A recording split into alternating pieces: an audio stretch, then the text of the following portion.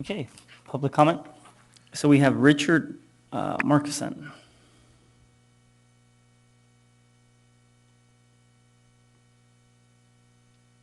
Mr. President, board members, Superintendent Miller, after that glowing commentary on the project labor agreement, I'm almost reluctant and was going to run out to my car and get a green or red shirt for Mr. Hausman's benefit.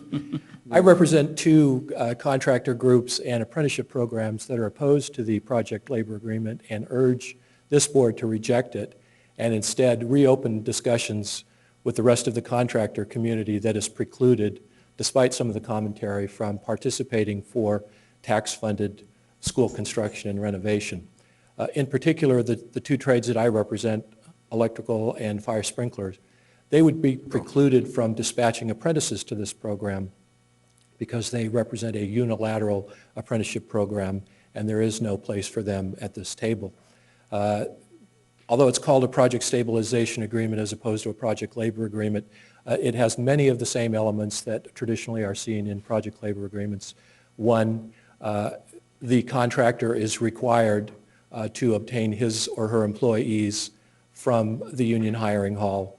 They are allowed some core employees, but that is capped at 8, and you have to mix a combination of your own core employees with the union staff, and after 8, every additional employee comes from the union hiring hall. The agreement still includes, and something I believe that you had concerns about last time, Mr. Hausman, still includes double payments.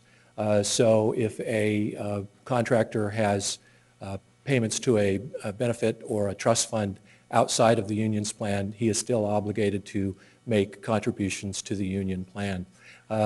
For the same reasons that there was contentious debate last time around, there is continued opposition from the open shop community. There is continued reluctance for the majority of open shop contractors to participate under a project stabilization agreement.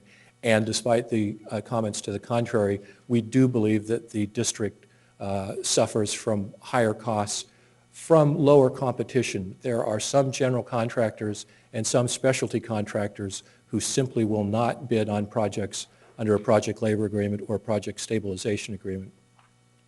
The director of the Department of Industrial Relations has analyzed the effect of lower competition, and in some cases costs can be more than 25% higher from the lower competition that results from a project labor agreement or a project stabilization agreement.